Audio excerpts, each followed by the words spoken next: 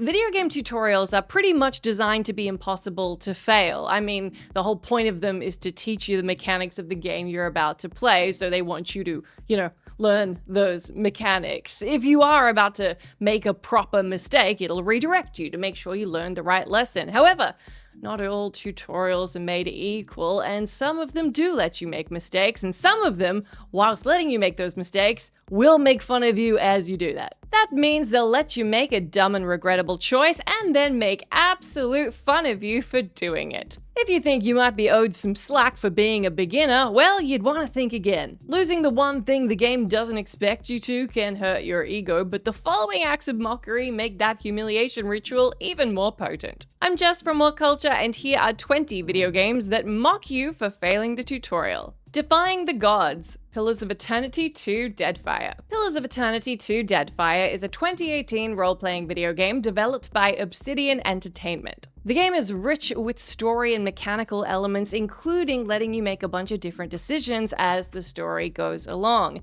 These include whether or not you want to start the main quest. Yeah, you can decide you're not going to do that, and you will face the consequences. Pillars of Eternity 2 starts with a prologue in which your character nearly dies, and their soul is summoned by the goddess Berith for a special audience. Berith informs you that she pulled your soul into the beyond right after another god, Aethys, awoke in your world and killed hundreds of people. She then demands that you serve her and pursue Aethys before he unleashes more devastation, or you can accept death and be returned to the wheel. Choosing to cooperate with Berith starts the main quest and the game in proper. However, you can choose to refuse her. Doing so will make the goddess order her servant to escort you to the beyond, after which a secret ending will play, describing your soul fading away, and then reincarnating as a cat. It's supposed to be a bad ending, and I mean, it does mean you don't get to play the rest of the game, but honestly, given all the hell that's breaking loose, getting to reincarnate as a little feline doesn't sound that bad. Take joy, repeat the whole intro again. We Happy Few. We Happy Few is an action-adventure game set in a retro-futuristic version of England, where the population has become addicted to a drug called joy.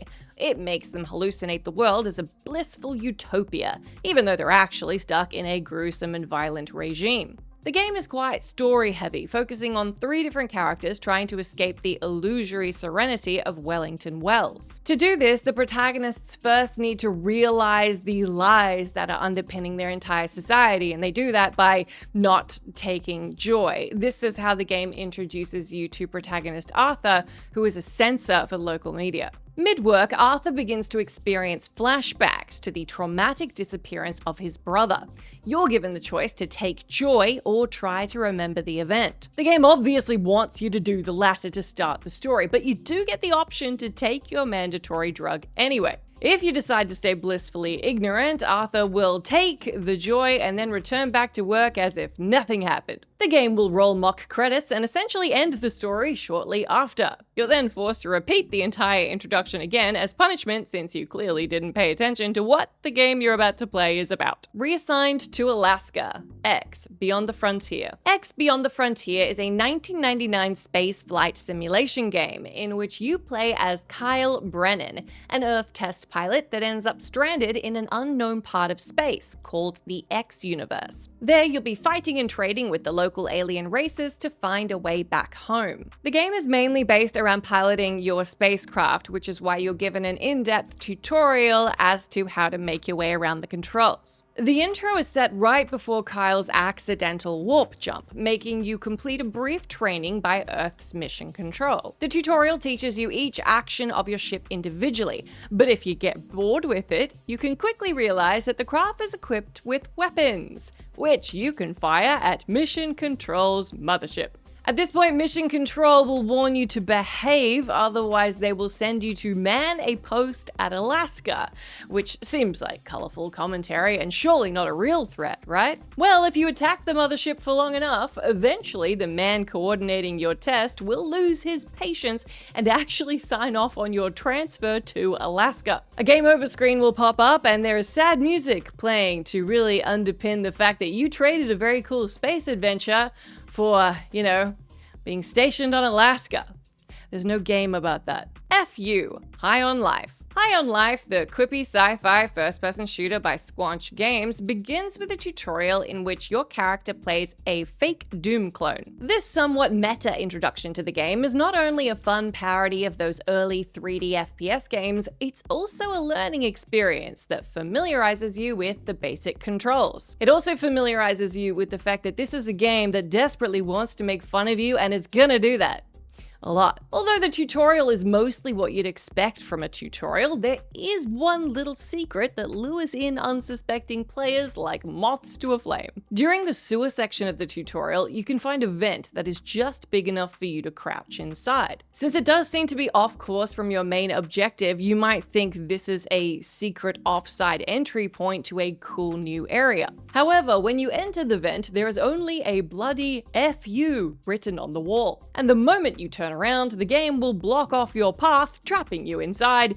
and forcing you to restart the entire section. It's not only a brutal way to fail the tutorial, but it is a hard lesson on what it's like to trust a troll game like High on Life. Coward ending, the Stanley Parable. The Stanley Parable is an interactive story experience based on a Half-Life 2 mod. You play as the titular Stanley and walk around a huge office building as a mysterious narrator reacts to the choices you make along the way. The game doesn't feature a proper tutorial since the narrator will just talk about whatever you choose to do as you go about your business in the game. However, that said, there is one thing you really need to do to start the game at all, and that is leave Stanley's office. Yep, the very first thing that sets off Stanley's adventure through the compound is just walking out of a room. However, since this is a game about defying even the most basic of expectations, you can choose to remain inside and fail this very easy objective. The choice, or lack of thereof if we don't want to call it a choice, will basically see the narrator comment on the fact that you're refusing to leave the room and then mock you for being too scared to do so. If you ignore him and stay still, the game will eventually trigger a special ending called the Coward ending, making fun of you for being unable to make even a single choice in the game. I mean, all you had to do was walk through a door, so if you did do this one without intending to find a secret ending, it's kind of deserved. Alduin Bites, The Elder Scrolls V Skyrim. The Elder Scrolls V Skyrim may not feature atom bombs, but it does begin with something arguably more dangerous, a world-devouring dragon. Skyrim's intro might be one of the most iconic and perhaps also loathed experiences in the game. Most people on the internet, particularly if you're an RPG fan, can probably recite this one since there's plenty of memes about the Skyrim intro even if you haven't played the game, but not everybody knows that it is possible to fail this introductory tutorial section in a pretty spectacular, or embarrassing if you want to see it that way, kind of way. This is before you escape entirely. It's a good one. Stick with me. When Alduin descends from the sky and starts wreaking havoc in Helgen, you have to pass through a short running sequence as you make your escape. Alduin will breathe fire at you during that sequence, but unless you play on higher difficulties, the flames won't be enough to kill you. So you might assume that the intro is impossible to fail. Well, it is impossible to fail if you're dumb. While Alduin's flames are not enough to kill you, if you just stand in front of him when he lands, the dragon will start biting at you, and just a couple of his jaw attacks are enough to kill you in the world's easiest tutorial. That bite also can come with a ragdoll effect and even a kill cam, if you wanted that experience to be even more embarrassing than it was. The Nautiloid explodes, Baldur's Gate 3. Baldur's Gate 3's tutorial starts off on a strong note, with your character escaping a mind flayer Nautiloid as it's in the middle of being besieged by devils. The final stage of the tutorial features a tense, timed moment where you need to get to the ship's controls whilst a powerful bout is going on between one of the mind flayers and Cambion commanders. The game gives you plenty of time to simply rush towards the panel and leave the two bosses alone. However, if you stick around and fight them and then somehow survive taking on a Cambion and a mind flayer, you might actually get the timer to run out. Now, in true Baldur's Gate 3 fashion, you might assume that as the timer runs out, you'll get some interesting secret ending that appears. But that's not quite the way it goes down, and as you can imagine, given we're a few entries into this list, it's a mite more embarrassing. The The moment the timer runs out, the entire ship is suddenly hit by dozens of explosives, covering the entire battlefield in fire and instant killing your whole squad with their shrills of agony in the background. Considering it's actually harder to let the timer run out than it is to complete this tutorial, since the baddies can be kind of tough, and if you're trying to get that one guy's sword, that's kind of a hassle, boy does this one sting even more than it otherwise would. Jail Time, America's Army.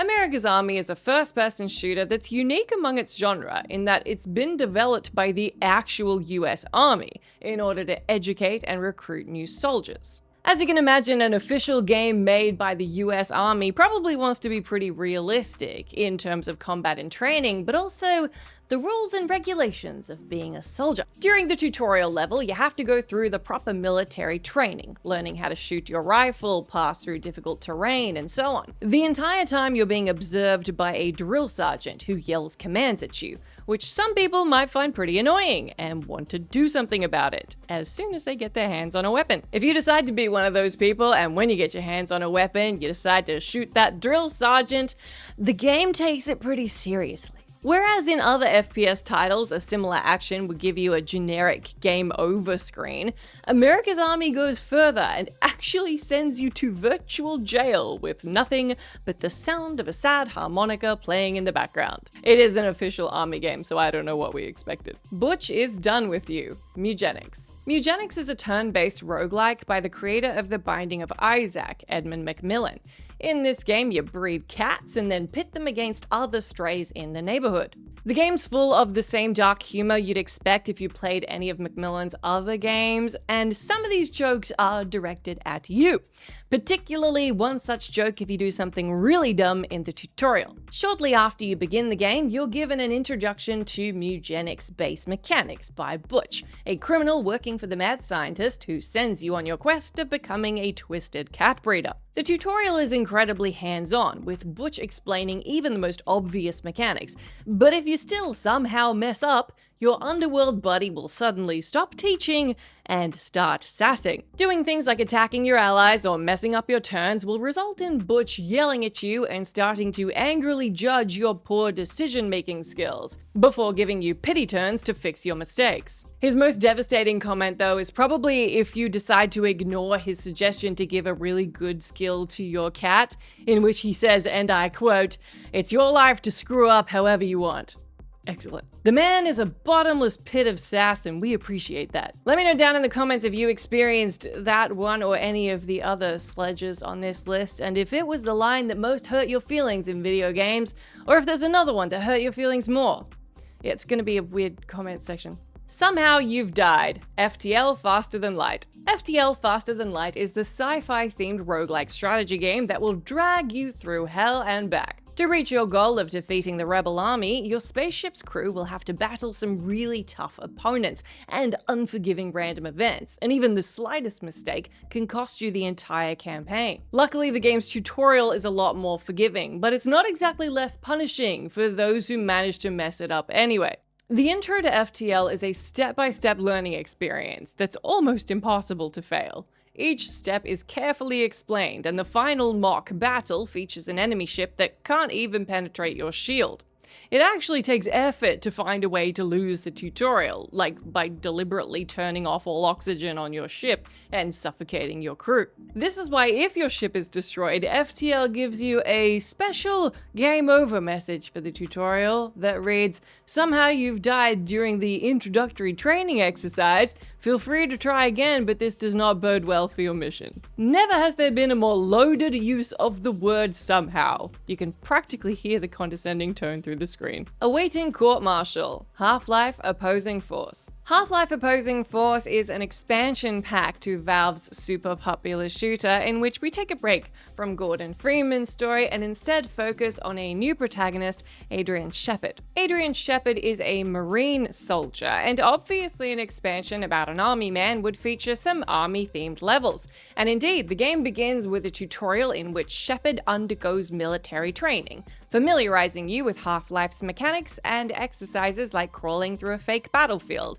and practicing your aim at a shooting range. Just remember to shoot at the actual targets because, and yes, we're repeating this in another game, shooting at people you're not supposed to be shooting at will land you in trouble. When you receive your first real weapon, the Desert Eagle, you're supposed to try it out on designated targets. But some players might choose the more psychotic option to aim the gun at the other soldiers instead. Upon firing the pistol at your drill sergeant or any other person on the training field, you'll immediately be punished with a special game over screen saying, "Awaiting court-martial," implying your character was immediately sent to prison and chastising you for your attempted rampage. There is an alien invasion coming, but if you're a bad soldier, you're still gonna get your due justice. Auto attack. Off. Off is a 2008 indie RPG with a truly unique, eerie atmosphere, and it got a remake in 2025. You play as the Batter, a baseball player, or at least that's what it looks like at first glance, without spoiling too much,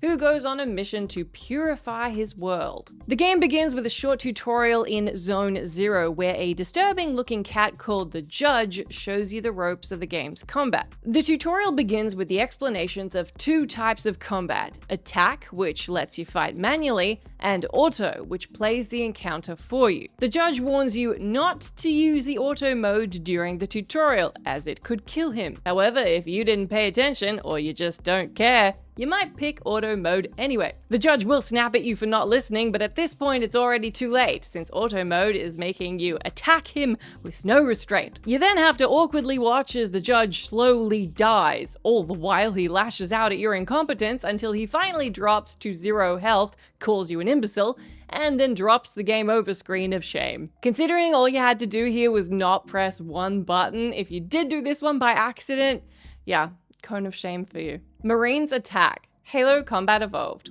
Halo Combat Evolved is one of the most beloved entries in the franchise, in no small part due to the many details and fun, innovative ideas spread throughout the game. One such detail is a secret encounter which can be triggered if you fail to control your base instincts in the tutorial section of the game. After you complete the introduction to the game on the Pillar of Autumn, Master Chief is given access to his first weapon, the classic Halo pistol. You're given the gun to fend off the alien invaders that are about to flood the ship, but if when you're given that gun you decide to have the great idea to go back inside and kill off Captain Keyes and the other soldiers, well, there'll be some comeuppance. The act of treachery is an obvious game over, but instead of ending on a fade to black screen, the game actually punishes your itchy trigger finger by immediately sending an endless horde of invincible Marines after you. The Marines are purposefully impossible to kill, so you never get the bright idea of going rogue again. You were both buried under a weeping willow. Kingdom Come Deliverance. Kingdom Come Deliverance, the medieval RPG, prides itself on realism. This is why the intro to the game can be failed in a pretty humiliating way if you do something that no sane person in the Dark Ages, or modern times for that matter, would do. During the introduction in the starting village of Scarlets, you're given a bunch of options as to what you want to do first. You can head off and do the main mission, finish the tutorial, or just have a bit of an explore.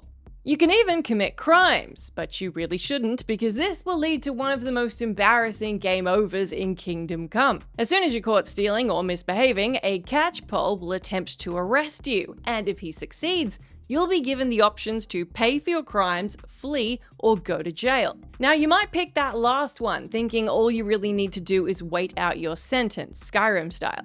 But in reality, jail time during the tutorial will progress the story until the humans attack Scarlets, and then a cutscene will play showing Henry being burned alive inside his jail cell. You'll also get this cheery note telling you that Henry's father buried you and your mother under a weeping willow. Lovely. If this happened to you and it bummed you out, don't worry, we got lots of lists on what culture that are about happy things, where games don't brutally make fun of you. So if you want to watch some of those, and you should, maybe consider subscribing if you haven't already. The Pragas 1, Kingdom Come Deliverance 2. Kingdom Come Deliverance 2 is similarly harsh with players who don't know how to act as the original was. While the game doesn't feature a special crime ending like the last entry showed, it does have a unique secret ending if you fail the first mission, Last Rites. The first mission in the game is a siege battle where Henry has to defend the fortress of Sukdal from the attacking Pragas army. The quest consists of a few simple sections that teach you the basics of combat, one of which is the defense of the front gates. To finish the objective, you have to help the defending soldiers fend off the attackers by killing the Pragas who breached your defenses. The combat isn't too hard, so as long as you don't just stand there, there's really nothing to prevent you from achieving your objective. Of course, there's nothing in the game that can make you not just stand there, if you want to. If you don't participate in the fight at all, eventually the game will fade to black and give you a game over screen, telling you that the attackers took over the fortress. Considering this is one of over 20 game over screens with a unique message, it's fair to say that this is the developer's special way of telling you to pick up your slack. Joke credits, Outer Wilds. Outer Wilds is a fun little indie gem about exploring a tiny world and uncovering its secrets. While the game doesn't feature a proper tutorial per se, its first day is meant to teach you the core mechanics, such as the time loop that happens every time the supernova destroys the world. You can also accidentally destroy the universe on the first loop yourself, in which you'll get a secret joke ending. In the high energy lab on Ember Twin, you can find a black hole core and a white hole core. The cores are there to show you a phenomenon where two copies of an entity briefly appear before the entity steps through a dark hole,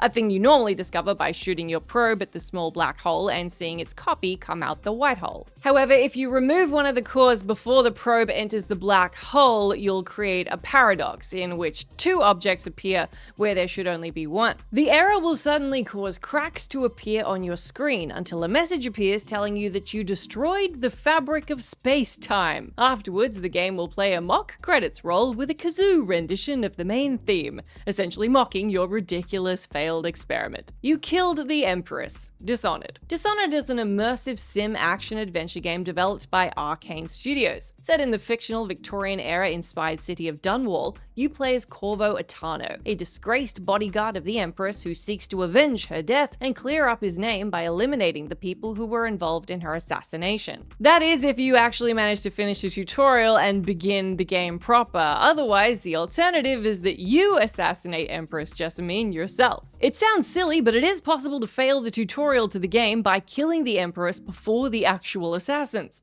The Empress can be attacked with your sword just like any other NPC in the intro, and if you do it, Corvo will actually murder her. This prompts a special early game over screen that blatantly states, "You killed the Empress." The intro also features other special game over messages for performing similarly dumb actions, like if you decide to attack the Spy Master, you'll get the game over screen that reads, "You committed a capital offense." Who needs assassins when you have one really incompetent bodyguard? District in Mourning. Burned out cop shoots child. Disco Elysium. Disco Elysium is a unique RPG in which you play as an alcoholic and deeply depressed cop named Harry Dubois. Your character is obviously not in the best place in his life. The game also really loves to remind you of this by setting you up for failure. This includes a section in the intro to the game. The first day in the game really serves as a long tutorial that teaches you about how Harry and his partner Kim will have to act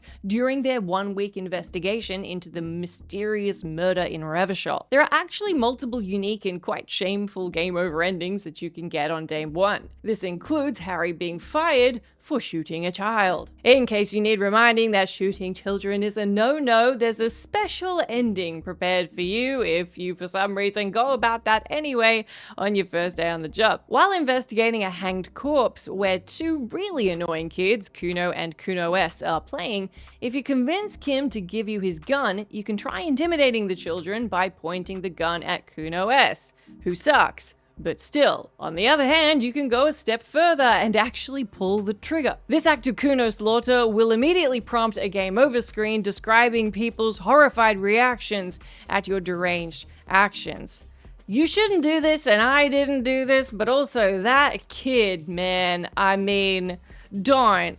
But that kid. Intro endings. Detroit Become Human. Detroit Become Human is Quantic Dream's interactive story game about an android revolution in the not-so-distant future. The game's intro is one of the most memorable sections in the game, and it features an impressive 6 possible endings. You play as Connor, an android who's tasked with rescuing a young girl held hostage by a deviant android, and, depending on your actions, You can either complete the mission or fail, or end up dead. The intro serves as a tutorial, so obviously you might not have the full grasp of what to do to accomplish Connor's mission. That, however, doesn't mean that the game won't mock the absolute crap out of you if you fail. If you agitate the deviant too much or don't pick up enough clues, Connor can actually die in 4 spectacular/embarrassing ways. Each of these failure scenes features some kind of punishing shot, like an image of the little girl falling with a big mission failed message, or an eerie picture of Connor's still body bleeding out as the hostage is screaming in horror. Honestly, there are so many cinematic, beautiful, and detailed ways the game manages to show you your own failure,